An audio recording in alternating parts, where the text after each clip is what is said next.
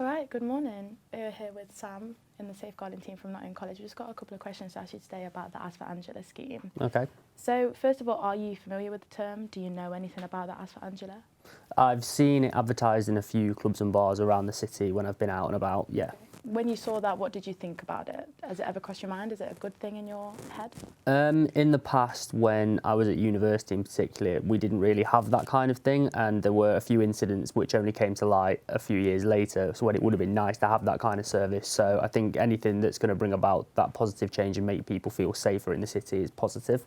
Would you ever feel comfortable using that in a public setting? I'm not sure I would personally, simply because I think there's a lot of social stigma around men coming forward, particularly in that environment and asking for help. But I think if we're introducing these schemes and promoting them, then it's going to eventually start to bring about that positive change. Yeah. So if you're in that kind of setting where you felt a bit unsafe, would you think you'd go towards your friends instead rather than asking for help at, say, a bar or staff? Most likely I'd either try and seek help from the people I was with or I'd just leave. Yeah. That's really interesting, the fact that you said that there's quite a stigma around men doing that. Do you think that this would be a good provision to bring into the college for men and for women, that Ask for Angela and that Ask for Clive?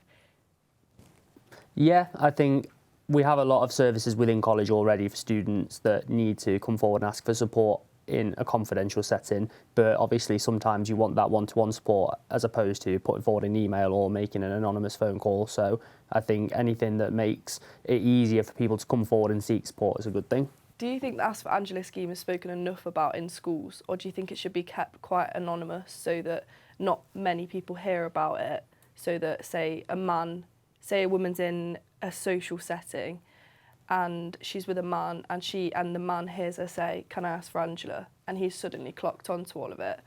Do you think it's important to tell loads of women about it, or do you think it's more better to keep it quite quiet? I think the main problem with services or schemes like Ask for Angela is they're not promoted enough, and that's why in sometimes I've had experiences where when I was at uni, like I mentioned, there were things that took place and they started introducing schemes similar to Ask for Angela to combat it, and because they weren't widely well known about enough, that they weren't as successful as they could have been. So I think if anything we need to promote them more, because if you go into a lot of bars around Nottingham and even the wider East Midlands and the country as a whole, you don't always see that kind of provision, and you see various campaigns promoted half-heartedly, like you might see the odd sticker on a tram or you might see the odd poster at a bus stop, but if we're not going to have a continuous marketing message out there that these things exist and that people can use them, then the impact's not going to get across and they'll just kind of fade back to nothingness. Yeah. And do you know how you would market it to make sure it keeps cropping up so people still keep seeing it? In particular, I think social media, everyone's on their phone these days. You go to any bus stop, train service, whatever, everyone's first thing they're doing is on their phone. Yeah. So any kind of digital promotion is probably the best way to get to people these days. Okay, that's perfect. Yeah. Okay. So are you aware of the Ask for Angela scheme, and have you seen it in restaurants and bars? So it's quite new, so I have seen it about, but it's only been recently. I've seen it in a couple of bars, the mainstream ones like Revs and stuff, but I've not used it myself. And this is really interesting for me because as women, it's on the toilet door of our toilets. As a man, where have you seen it? Is it just posters? We've seen it, so like normally behind the bar on posters. Okay. It does need to be in the male toilets as well, because at the end of the day, both genders do need that sort of protection. I think there should be different code words for each bar to make it more anonymous and make it hard for the reporter to sort of clock on to it. Yeah.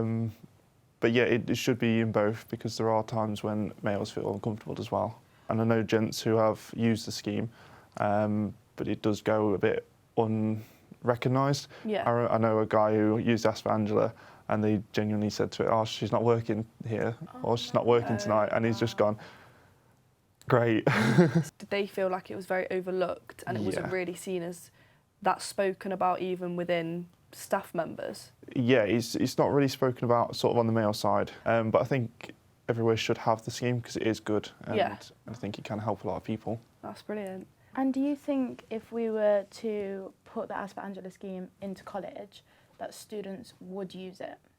I think it's another method for them to go to the safeguarding team, and we need to promote it as much as possible to get them to come in. Maybe not be Ask for Angela, but a certain thing that's related to college, so they can do it, at the reception, and they can be forwarded on to safeguarding staff without anyone really knowing. I think that it's a good idea, because the idea that you can, drop an anonymous email is great. But I think in a situation where you are in the moment, if you can just go up to a member of staff as they're passing by and say, do you know where Angela is? That would really be good, quickly, it's that kind of passing thing where you can get help on the spot as you need it, rather than after an incident has happened. Yeah, I agree with that. I also think, because like you say, like the amount of pupils you see walking around college, and then they'll walk up to a staff member and they'll ask them something, it would make it quite discreet, and I don't think it would be it wouldn't be made as big of a deal around college if there was just one little code word, like you said. Yeah, it'd make it a lot easier to just flag up without any incidents, I think, yeah. Yeah, that's brilliant. So have you ever heard personally of the Ask for Angela scheme? I have. I've seen it behind toilet doors Okay. in some bars and some restaurants. And do you think that would be helpful in a scenario? Have you ever felt unsafe in a scenario and wanted to use that, or thought about using that? I've seen it behind, like, obviously toilet doors and stuff. So I know about it, but luckily I haven't been in a position where I felt unsafe or worried about my safety for using it. But I think I would know how to use it if I wanted to use it. Yeah. Have you ever heard of any like scenarios of like your friends or anyone using it? I heard other people talk about it. Other people have used it, so I know it's a well-used thing. I think it is anyway, but no personal experiences. Yeah. And do you think bringing this into college would be something that's detrimental for, the students? I think it would be a good thing, yes. We have something similar already in place, which is a confidential email box. So I do think stuff like this can be beneficial as well, especially to young people. So I think it would generally help the population at college, yeah. Obviously, being part of the safeguarding team, have you heard of the Ask for Angela scheme? I have, yes. And what are you doing as the safeguarding and also wellbeing team to support students with this scheme? Okay, so last year we ran a themed week called Keeping Safe Week, where we did lots of online sessions for students to attend to find out how to keep safe in and out of college. And we did a really big push on Ask Angela. So we just made students aware of the scheme. Obviously we tried to target more HE areas, 18 plus students as well, because they're the ones who are going out into bars, into town and stuff. So we did a lot of stuff on social media as well, so we made sure we posted the posters up for them to see, sort of told them about it, sent a link to the Ask Angela website as well. So yeah, we've done quite a bit on it last year and hope to do the same this year as well. Amazing. Do you find that men in the whole scheme of, assault and feeling uncomfortable are a lot more reserved than women in your experience? I would say so, yes. We all know there's a huge stigma around men talking about their feelings and fear of being judged more than women. I'm not saying women don't, women are still afraid to speak. But yeah, absolutely. I think a lot of male students don't come forward as much as female students do, which is something that I'd really like to change in college. What do you think you're going to do to help target and get younger men to come in and talk to you more, do you think?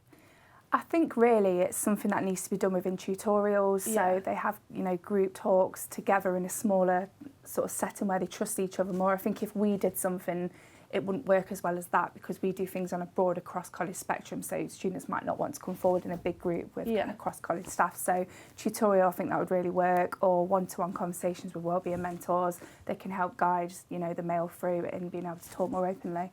That's brilliant. And so we know that Ask for Angela is implemented in some bars and some restaurants. How do you feel that it is? Do you feel that it should be in every single one? It's a hard question. I mean, I've not seen it in many bars myself. I've seen it in a few, like all the sort of well-known mainstream bars. I see it like Revs and Wetherspoons and stuff. But it's a tough one, because if it's everywhere, everybody knows about it, and which is a good thing for the people wanting to report. However, for the people who are being reported, if they know that name and overhear it, it could cause problems even further. So, yeah, it's a tough question to answer. Yeah, that's a good answer. Yeah.